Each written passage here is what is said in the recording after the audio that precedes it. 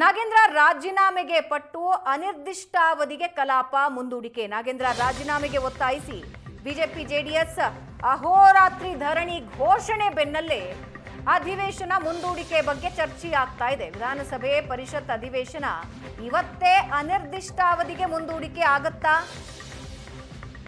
Speaker ಕಚೇರಿಯಲ್ಲಿ CM DKShi, ಸಚಿವ ಕೃಷ್ಣ ಬೈರೇಗೌಡ ಗಂಭೀರ ಚರ್ಚೆ ಮಾಡ್ತಾ ಇದ್ದಾರೆ.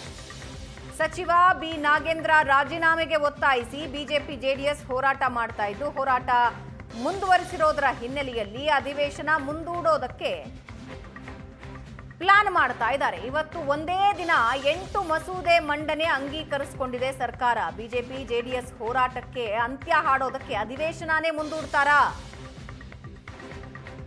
ಸಿಎಂ ಮತ್ತು ಸಚಿವರು ಚರ್ಚೆ ಮಾಡ್ತಾ ಇದ್ದಾರೆ.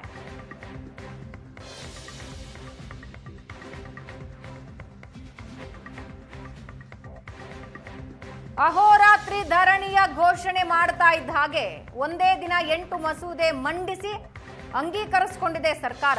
ಹಾಗಾಗಿ ಇವತ್ತೇ ಅಧಿವೇಶನನ ಮುಂದೂಡ್ತಾರಾ? ನಿರಂತರವಾಗಿ ಬಿಜೆಪಿ ಪ್ರತಿಭಟನೆ ಮಾಡ್ತಾನೆ ಇದೆ. ನಾಗೇಂದ್ರ ರಾಜೀನಾಮೆ ಮೊದಲು ಕೊಡಿಸಿ ಆಮೇಲೆ ಚರ್ಚೆ ಅಂತಿದೆ. ಇದರ ನಡುವೆ ಮಸೂದೆಗಳು ಅಂಗೀಕಾರವೂ ಆಗ್ತಾ ಇದೆ. ಅಹೋರಾತ್ರಿ ಧರಣಿಯ ಘೋಷಣೆ ಬೆನ್ನಲ್ಲೇ ಇದು ಮುಗಿಯೋದಲ್ಲ ಅಂತ ಸರ್ಕಾರ ನಿರ್ಧಾರ ತಗೊಳ್ತಾ ಇದೆಯಾ? ಅಧಿವೇಶನ ಮುಂದೂಡುತ್ತಾ?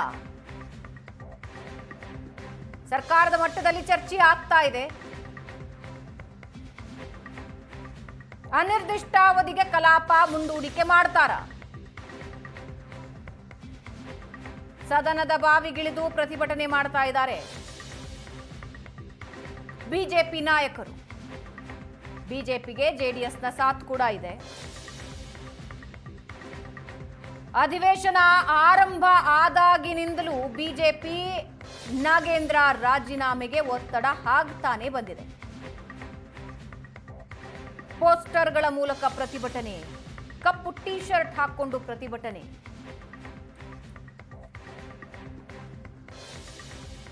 ವಿಧಾನಸೌಧದ ಪಡಸಾಲೆಯಲ್ಲಿ ಪ್ರತಿಭಟನೆ.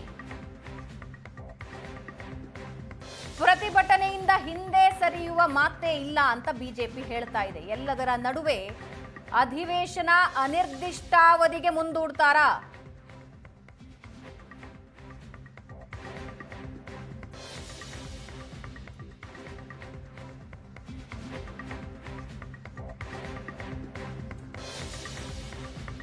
ನಾಗೇಂದ್ರ ರಾಜೀನಾಮೆಗೆ ಪಟ್ಟು ಹಿಡಿದಿದ್ದಾರೆ ವಿಪಕ್ಷಗಳು. ರಾಜೀನಾಮೆ ಕೊಡಿಸೋದು ಒತ್ತೊಟ್ಟಿಗಿರ್ಲಿ, ಅಧಿವೇಶನನ ಅನಿರ್ದಿಷ್ಟಾವಧಿಗೆ ಏನಾದ್ರೂ ಮುಂದೂಡ್ತಾರಾ? ಈ ಬಗ್ಗೆ ಇನ್ನಷ್ಟು ಡೀಟೇಲ್ಸ್ ಹಂಚಿಕೊಳ್ತಾರೆ ನಮ್ಮ ಹಿರಿಯ ಪ್ರತಿನಿಧಿ ಮಾರುತೇಶ್ ಸಂಪರ್ಕದಲ್ಲಿದ್ದಾರೆ. ಮಾರುತೇಶ್, ಈ ವಾರವೂ ಕೂಡ ಅಧಿವೇಶನ ನಡೆಯೋದಕ್ಕೆ ಬಿಡೋದಿಲ್ಲ, ಪ್ರತಿಭಟನೆ ಮುಂದುವರಿಸ್ತೀವಿ ಅಂತ ವಿಪಕ್ಷಗಳು ಪಣ ತೊಟ್ಟಿವೆ. ಆದ್ರೆ ಅಧಿವೇಶನನೇ ಅನಿರ್ದಿಷ್ಟಾವಧಿಗೆ ಮುಂದೂಡೋ ಬಗ್ಗೆ ಚರ್ಚೆ ಆಗ್ತಾ ಇದೆಯಂತೆ, ಹೌದಾ? ಭವನಿಗೆ ಸ್ಪೀಕರ್ ಕಚೇರಿಯಲ್ಲಿ ಸಂಸದೀಯ ವ್ಯವಹಾರಗಳ ಸಚಿವರು ಜೊತೆಗೆ ಸಿಎಂ ಡಿಕೆ ಶಿವಕುಮಾರ್ ಒಂದು ಗಂಭೀರವಾಗಿ ಚರ್ಚೆ ನಡೆಸಿದ್ದಾರೆ. ಯಾಕಂದ್ರೆ ವಿಪಕ್ಷಗಳು ಸದನ ನಡೆಯೋದಕ್ಕೆ ಅವಕಾಶವನ್ನ ಮಾಡಿಕೊಡ್ತಾ ಇಲ್ಲ. ನಾಗೇಂದ್ರ ಅವರ ರಾಜೀನಾಮೆಗೆ ಪಟ್ಟು ಹಿಡಿದು ಪ್ರತಿಭಟನೆಯನ್ನ ಕಳೆದ ವಾರ ಕೂಡ ಮುಂದುವರಿಸಿದ್ರು. ಇವತ್ತು ಈ ವಾರದ ಮೊದಲನೇ ದಿನವೇ ಇವತ್ತು ಕೂಡ ಪ್ರತಿಭಟನೆಯನ್ನ ಮುಂದುವರಿಸಿ, ಅದು ಅಲ್ಲದೆ ಇವತ್ತು ಬೆಳಗ್ಗೆ ವಿಧಾನಸಭೆಯಲ್ಲೇ ವಿಪಕ್ಷ ನಾಯಕ ಆರ್ ಅಶೋಕ್ ಅವರು ನಾವು ಅಹೋರಾತ್ರಿ ಧರಣಿಯನ್ನ ಮಾಡ್ತೀವಿ ಅಂತ ಹೇಳಿ ಘೋಷಣೆ ಮಾಡಿದ್ದಾರೆ. ಈಗ ವಿಧಾನ ಪರಿಷತ್ನಲ್ಲೂ ಕೂಡ ಅಲ್ಲಿ ಘೋಷಣೆ ಆಗಿದೆ ಅಹೋರಾತ್ರಿ ಧರಣಿ ಮಾಡೋದ್ರ ಬಗ್ಗೆ.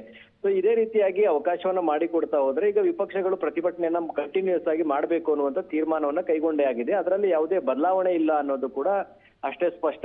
ಹೀಗಿದ್ದಾಗ ವಿಧಾನಸಭೆ ಅಧಿವೇಶನದಲ್ಲಿ ಚರ್ಚೆ ಆಗ್ಬೇಕಾಗಿರುವಂತ ಯಾವ ವಿಚಾರಗಳು, ಬರದಿರ್ಬೋದು, ಬರ ಅಧ್ಯಯನದ ಬಗ್ಗೆ ಮಾಹಿತಿ ಸಂಗ್ರಹ ಮಾಡಿರುವಂತದ್ದು ಇರ್ಬೋದು, ಬರ ಪರಿಹಾರದ ವಿಚಾರಗಳ ಬಗ್ಗೆ ಚರ್ಚೆ ನಡೆಸೋದಿರ್ಬೋದು, ಬಿಡದಿ ವಿಚಾರ ಆಗ್ಲಿ, ನೈಸ್ ವಿಚಾರ ಆಗ್ಲಿ, ಇದ್ಯಾವುದ ವಿಚಾರಗಳ ಬಗ್ಗೆಯೂ ಕೂಡ ಚರ್ಚೆ ಆಗ್ತಾ ಇಲ್ಲ. ಮತ್ತು ಚರ್ಚೆ ಆಗೋದಕ್ಕೆ ವಿಪಕ್ಷಗಳು ಅವಕಾಶ ಮಾಡಿ ಕೊಡ್ತಾ ಇಲ್ಲ ಅನ್ನೋದು ಕೂಡ ಸರ್ಕಾರದ ಅರಿವಿಗೆ ಬಂದಿದೆ.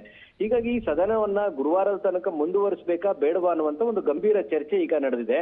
ಇವತ್ತಿನ ಆದಂತಹ ಬೆಳವಣಿಗೆಯನ್ನು ನೋಡಿದಾಗ, ಯಾಕಂದ್ರೆ ಇವತ್ತಿನ ಕಾರ್ಯಸೂಚಿಯಲ್ಲಿ ಕೇವಲ 3 ವಿಧೇಯಕಗಳನ್ನ ಮಾತ್ರ ಇವತ್ತು ವಿಧಾನಸಭೆಯಲ್ಲಿ ಮಂಡಿಸಬೇಕು ಅನ್ನುವಂತ ಚರ್ಚೆಗಳಿತ್ತು. ಅಂದ್ರೆ ಅಜೆಂಡಾದಲ್ಲೂ ಕೂಡ ಅದಿತ್ತು. ಈಗ ಅಡಿಷನಲ್ ಅಜೆಂಡಾ ತಂದು 7 ವಿಧೇಯಕಗಳನ್ನು ಕೂಡ ಈಗ ಮಂಡನೆ ಮಾಡಿ ಅನುಮೋದನೆಯನ್ನು ಪಡ್ಕೊಳ್ಳಲಾಗಿದೆ. ಅದನ್ನ ಪರಿಷತ್ನಲ್ಲೂ ಕೂಡ ಈಗ ಅನುಮೋದನೆ ಆಗಿದೆ.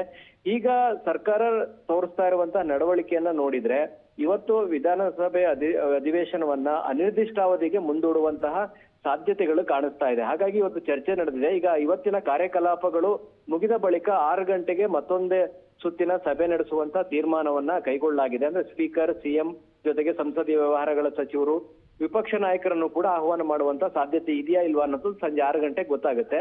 ಅಂದ್ರೆ ಅಧಿವೇಶನವನ್ನ ಅನಿರ್ದಿಷ್ಟಾವಧಿಗೆ ಮುಂದೂಡಿದ್ರೆ ಯಾವುದೇ ಕಾರಣಕ್ಕೂ ಅಹೋರಾತ್ರಿ ಧರಣಿ ನಡೆಯೋದಕ್ಕೆ ಅವಕಾಶಗಳು ಇರೋದಿಲ್ಲ. ಈಗ ವಿಪಕ್ಷಗಳು ಅಹೋರಾತ್ರಿ ಧರಣಿ ನಡೆಸಿದ್ರೆ ಇಲ್ಲೇ ಹಾಸಿಗೆ ದಿಂಬು ಹಾಕೊಂಡು ಮಲಗ್ತಾರೆ. ನಾಳೆ ಇದು ಕೂಡ ಪ್ರಚಾರ ಆಗುತ್ತೆ. ವಿಪಕ್ಷಗಳಿಗೆ ಅವರ ಅಜೆಂಡಾ ಮತ್ತು ಅವರ ಕಾರ್ಯಸೂಚಿಗಳಿಗೆ ಹೆಚ್ಚಿನ ಪ್ರಚಾರಗಳು ಸಿಗತ್ತೆ. ಅದಕ್ಕೆ ಅವಕಾಶ ಕೊಡದ ರೀತಿ ಏನು ತಂತ್ರಗಾರಿಕೆಯನ್ನ ಮಾಡಬೇಕು ಅನ್ನೋದರ ಕುರಿತಾಗಿಯೂ ಕೂಡ ಸರ್ಕಾರದ ಮಟ್ಟದಲ್ಲಿ ಬಹಳ ಗಂಭೀರವಾಗಿ ಚರ್ಚೆ ನಡೀತಾ ಇದೆ. ಆ ಕಾರಣಕ್ಕಾಗಿ ಇವತ್ತು ಹೆಚ್ಚು ವಿಧೇಯಕಗಳನ್ನ ಅನುಮೋದನೆ ಕೂಡ ಪಡೆದುಕೊಳ್ಳಲಾಗಿದೆ. ಸಂಜೆ 6 ಗಂಟೆಗೆ ಒಂದು ಸಭೆ ಸೇರಿ ಆ ಬಳಿಕ ತೀರ್ಮಾನಗಳನ್ನು ತೆಗೆದುಕೊಳ್ತಾರೆ.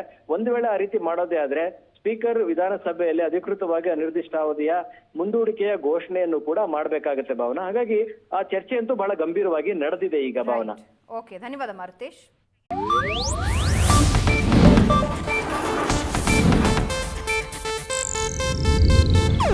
ಇದು ಏಷ್ಯಾನೆಟ್ ನ್ಯೂಸ್ ನೆಟ್ವರ್ಕ್ ಪ್ರಸ್ತುತಿ.